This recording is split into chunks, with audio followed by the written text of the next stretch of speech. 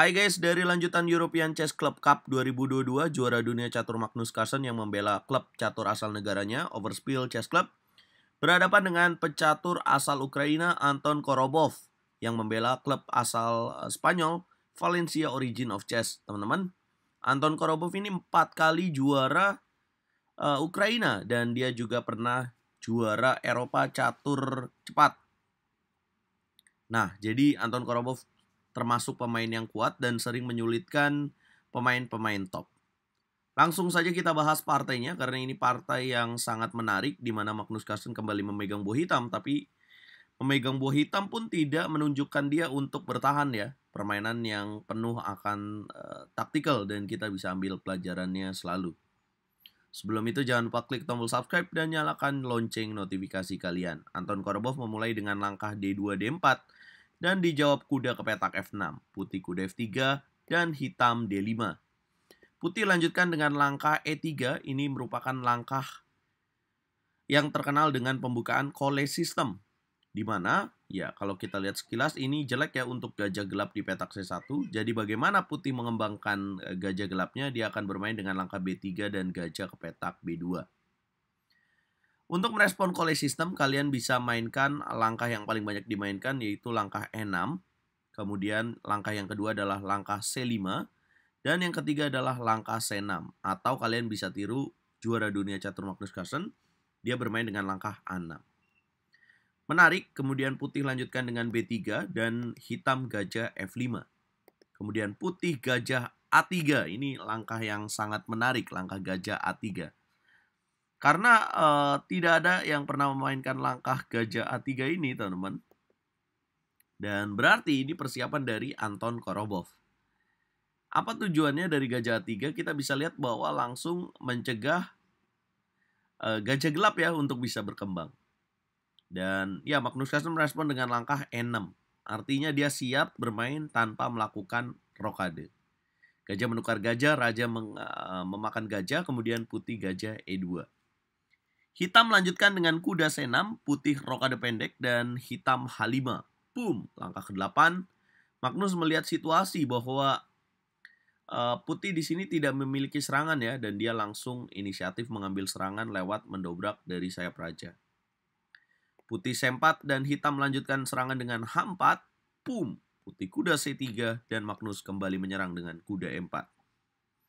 Benteng putih menjaga. Kemudian hitam benteng H6. Putih memukul pion D5, hitam memukul pion kembali, dan putih kuda D2. Anton Korobov mencoba bertahan. Magnus Carlsen memukul kuda di petak C3. Benteng memukul kuda, kemudian hitam menteri D6.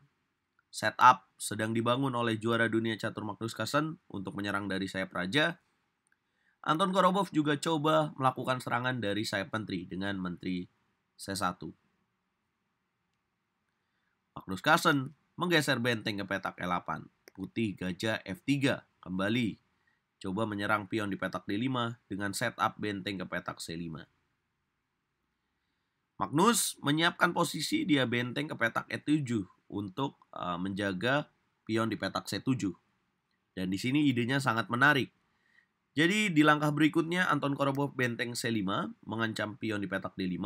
Setelah benteng E7, Magnus Carlsen ternyata menyiapkan kuda ke petak B4.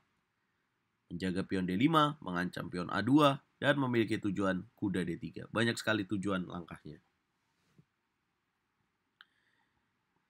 Nah, mengancam kuda ke petak D3, Anton Korobov tidak lakukan penjagaan, tapi dia malah mengejutkan Magnus Carlsen dengan langkah kuda ke petak C4.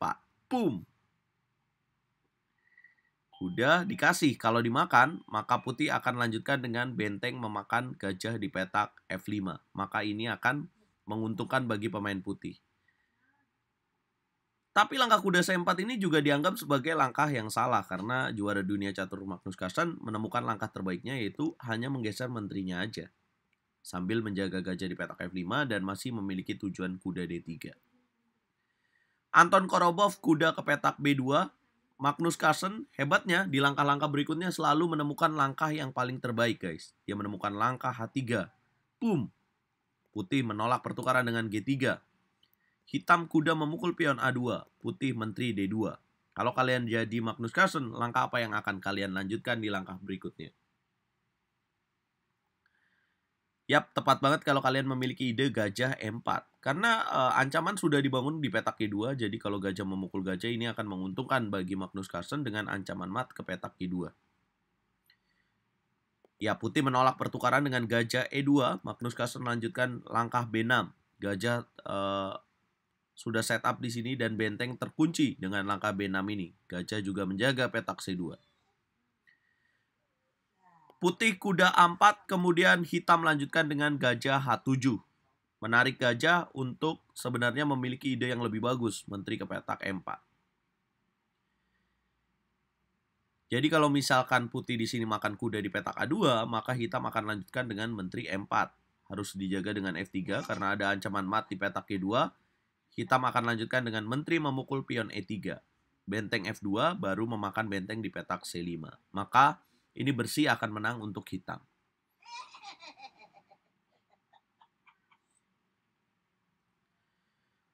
Setelah gajah H7, putih lanjutkan dengan benteng E1 dan hitam menteri ke petak E4.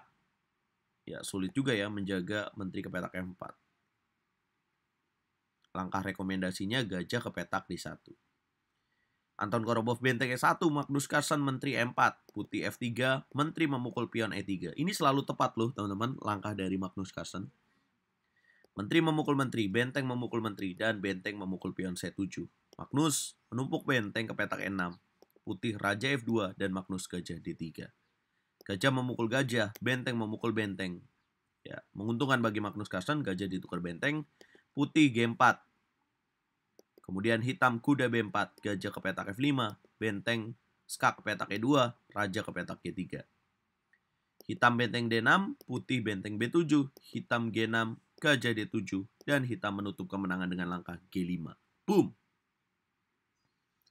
Kenapa Anton Korobov menyerah? Ya ini udah besar banget keunggulan dari Magnus Carlsen. Rajanya juga dalam bahaya. Kalau raja makan pion, maka akan dilanjutkan dengan benteng H6, raja G3, dan akan ada dengan benteng H6 memukul pion H2. Kalau F4, maka akan ada lanjutan benteng E ke petak G2, raja F3, dan akan ada benteng ke petak F2, raja ke petak E3, pion makan pion skakmat.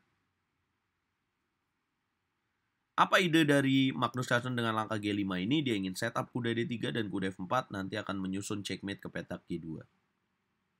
Bagaimana jika putih lanjutkan dengan gajah F5, maka hitam akan lanjutkan dengan benteng G2 skak, raja memukul pion, akan ada benteng G1 dengan tujuan checkmate benteng ke petak H6 dengan tema anak tangga.